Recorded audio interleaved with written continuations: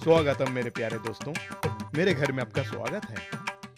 जरा इन मिठाइयों को तो चखकर देखिए, ये खास तौर से आप ही के लिए बनाया गया है। सचमुच बड़ा ही स्वादिष्ट मिष्टान है। मणिभद्र, तुम बहुत ही दानी मनुष्य हो। इस पूरे शहर में तुम्हारे जैसा कोई नहीं। ईश्वर का गुणगान कीजिए, उन्होंने मुझे इतना कुछ दिया है, बस वही मैं आपके साथ बांट रहा हूँ। और इस तरह मणिभद्र का जीवन फूलों के बिस्तर सा बनता गया। लेकिन एक दिन उसे व्यापार में भारी नुकसान हो गया और उसने सारे धन खो दिए। कर्जा चुकाने के लिए उसे अपना खुद का सामान भी बेचना पड़ा।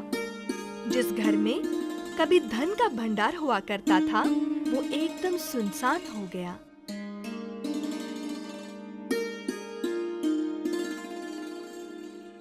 देखो, वो आ रहा है मणिभद्र। अब तो वो कंगाल बन चुका है। चलो चलो, पत्ती गली से निकल लेते हैं, इससे पहले कि वो हमसे पैसे मांग बैठे। कल तक जो मेरे दोस्त थे, आज मुझसे मुंह मोड़ ले रहे हैं। आज इस शहर में मैं एकदम अकेला हूँ। मैंने सबकी इतनी मदद की है, पर आज कोई मुझे नहीं पूछता। पर उन्हें दोष देके क्या फायदा? मेरे पास कोई आएगा भी क्यों? मैं तो उन्हें कुछ नहीं दे सकता। आज मैं बिल्कुल कंगाल हो चुका हूँ। जीने के लिए पैसों की जरूरत होती है। पैसों के बिना आदमी कैसे जिए? एकमात्र उपाय है मौत। हाँ, फिर कल से किसी का कोई उधार नहीं रहेगा मेरे ऊपर। मणिभद्र, तुम एक अच्छे इंसान हो। इस दुनिया को तुम्हारे जैसे लोगों की जरूरत है। दुनिया के भले के लिए तुम्हारा जीना जरूरी है। मेरी तरफ ध्यान से देखो। कल सुबह मैं तुम्हारे घर पधारूंगा और ठीक इसी रूप में दर्शन दूंगा। एक डंडे से मेरे सर पर स्पर्श करना, ठीक इसी जगह, और तभी मैं सोने में बदल जाऊंगा। तुम्हें इतना सोना मिलेगा कि जिंदगी भर तुम्हें तकलीफ नहीं होगी, और उस सोने का इस्तेमाल करके तुम फिर से अपना पुराना रुतबा पा सकते हो।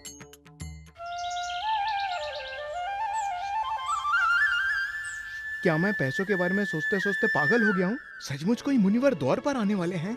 सूरज निकल के कितनी देर हो चुकी है और तुम अभी भी बिस्तर में पड़े हो। चलो अब उठो भी। क्या मैं अपनी बीवी को सपने के बारे में बोल दूं? नहीं नहीं, वो सोचेगी कि मैं पागल हो चुका हूँ। हर वक्त पैसे के बारे में सोचते रहता हूँ, इसीलिए शायद मुझे ऐसा सपना आया था। क्या हुआ? किस सोच में डूबे हो? कुछ नहीं, कुछ भी तो नहीं। ये कैसे हो सकता है? कहीं वो मेरे सपनों के मुनिवर तो नहीं? मैं जाकर देखती हूँ। नमस्ते मालकिन, क्या मालिक दाढ़ी बनवाने के लिए तैयार हैं? हाँ हाँ हाँ, आओ अंदर आओ, अंदर आओ।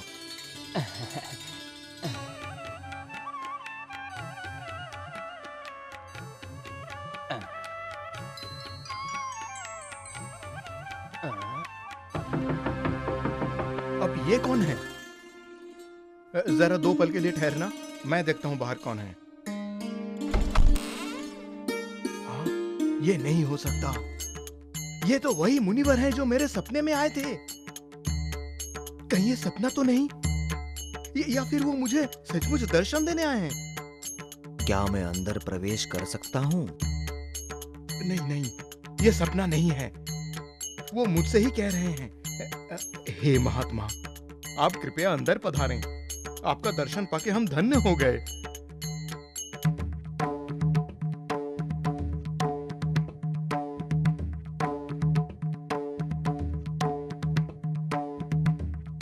सपने का पहला हिस्सा तो सच हो गया। देखते हैं अगला हिस्सा भी सच होता है या नहीं। अगर सच हो गया, फिर तो मैं सचमुच दोबारा अमीर बन जाऊंगा।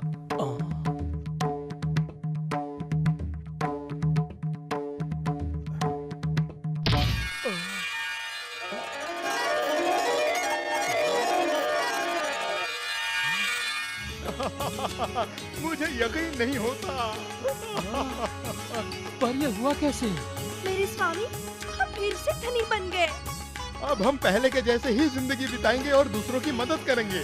हे मुनिवर, हम पर दया करने के लिए धन्यवाद। ये लो नाई भाई, तुम भी हमारे इस धन प्राप्ति का एक हिस्सेदार जो हो। ओह मालिक, आप सचमुच में बड़े ही दानवीर हैं। लेकिन नाई भाई, तुमने जो अभी यहाँ पर देखा, बाहर जाकर किसी से मत कहना। नहीं मालिक, आप निश्चिंत रहें, मैं बाहर किसी से कुछ भी नहीं कहूँगा। आपका बहुत बहुत धन्यवाद मालिक, आपने मेरी जिंदगी बदल दी। ईश्वर को धन्यवाद दो, उन्हीं की बदौलत मुझे मेरी संपत्ति वापस मिली। आज के बाद मेहनत की कमाई बंद। मुझे पलक झपकते ही धनी बनने का रास्ता पता चल गया है। किसी भी एक मुनिवर को बुला के उनके सर पर डंडे से मारो और धनी बन जाओ। कल ही मैं एक कोशिश करके देखता हूँ। अगले ही दिन सुबह उस लालची नाई ने अपने नजदीकी पेड़ से एक मजबूत डाली तोड़ ली, जो डंडे के काम आ सकती थी। हाँ, ये डाली डंडे के रूप में सही काम आ सकती है। अब एक मुनिवर को अपने घर में निमंत्रण देता हूँ। पर एक मुनिवर से क्या होगा? जितने मुनिवर आएंगे उतना ही ज्यादा सोना मिलेगा मुझे। हाँ। मेरे ख्याल से ज्यादा मुनिवरों को निमंत्रित करना चाहिए। हाँ, कोई और जानने से पहले मुझे जितना हो सके उतना सोना इकट्ठा कर लेना चाहिए। हाँ। हे महान मुनिवरों, मैं अपनी अब तक की कमाई हुई पूंजी का एक बड़ा हिस्सा आप लोगों को दान करना चाहता हूँ। आपके नेक काम में शायद मेरी पूंजी भी एक हिस्सा बन जाए। आपकी पूंजी अवश्य हमारे काम आएगी। तो फिर हे मुनिवरों, मैं आप लोगों को आमंत्रित करता हूँ कि आप सभी गुरुजन मेरे घर पधारें और मैं अपनी पूंजी आप लोगों को अर्पित कर सकूं। मेरे यहाँ भोजन करके मुझे धन्य कीजिए मुनिवर। आपका अशेष धन्यवाद है महानुभाव, हमें आपका निमंत्रण स्वीकार है। आप हमें मार्ग दिखाइए। 1 2 3 4 5 6 मुनिवर। हे भगवान, मुझे 6 गुना ज्यादा सोना मिलेगा। इस शहर का सबसे बड़ा धनी बन जाऊंगा मैं। हे महानुभाव, आप क्या सोच रहे हैं? कुछ भी नहीं। हे मुनिवरों, आप 6 जनों को देखकर मुझे कितनी खुशी मिली है कि मैं क्या कहूँ। कृपया मेरे साथ आइए। हे मुनिवरों, ये रही मेरी छोटी सी कुटिया। कृपया अंदर पधारें। हे महानुभाव, हमारा भोजन करने का स्थान कहाँ है? बताता हूँ सही स्थान। जहाँ है वहीं खड़े रहिए। अब तुम सबको सोने में बदल दूंगा। ये कहते हुए उस नाई ने मुनिवरों के सिर पर डंडे से वार करना शुरू कर दिया।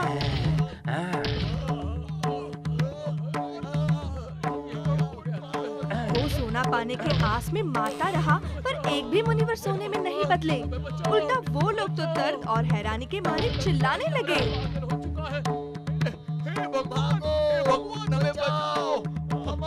बचाओ, वो आदमी पागल हो चुका है। क्या बात है? तुम लोग चिल्ला क्यों रहे हो? एक आदमी पागल घूम रहा है।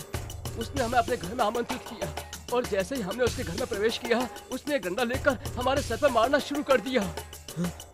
कुछ मुनिवर अभी भी उनके घर बंदी है। उन्हें बचाइए वरना वो उन्हें मार डालेगा। चलो जाकर देखते हैं। भगवान, हे भगवान, हमें बचाओ, हमें बचाओ। ये आदमी तो पागल हो गया है। इसके हाथों से हमें बचाओ भगवान।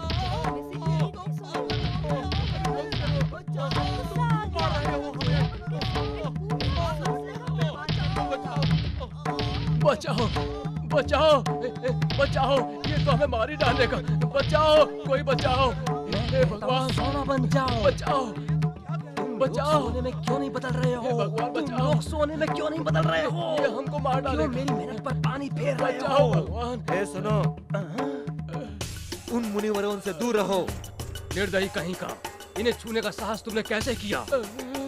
चलो मेरे साथ, तुम्हें अपने नीच काम के लिए उचित दंड मिलेगा। और उसके बाद दोनों सैनिक मिलके उस नाई को नगर के विचारक के पास घसीटते हुए ले आए।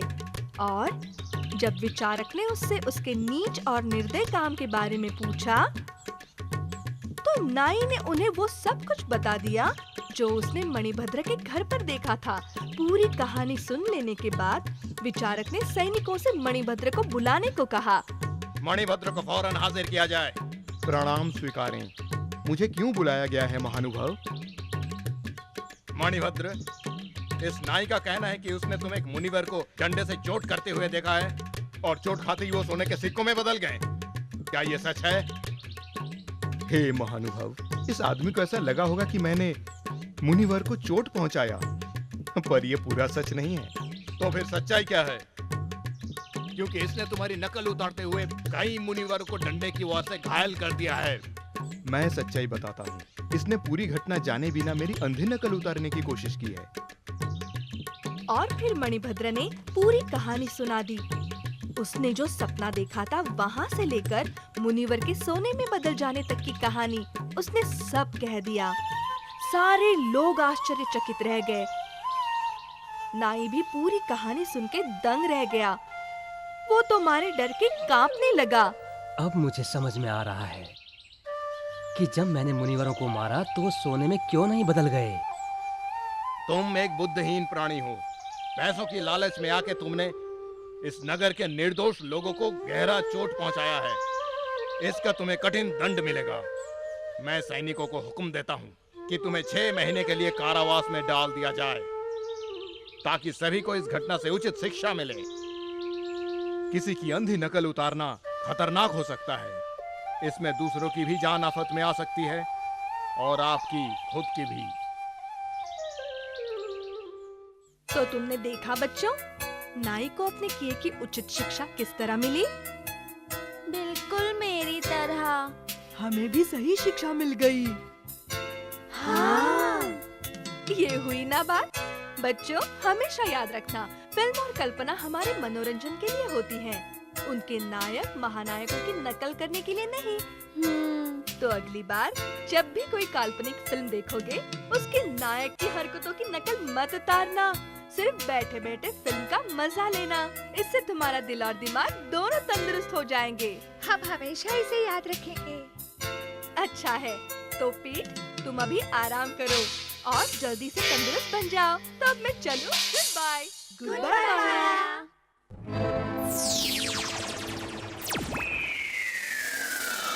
बाय पीठ, अब हम भी चलते हैं। तुम अब आराम करो, ठीक है? सही कहा, चलते हैं। तुम सबका बहुत बहुत शुक्रिया। बाय पीठ। बाय। तुम सबको बाय।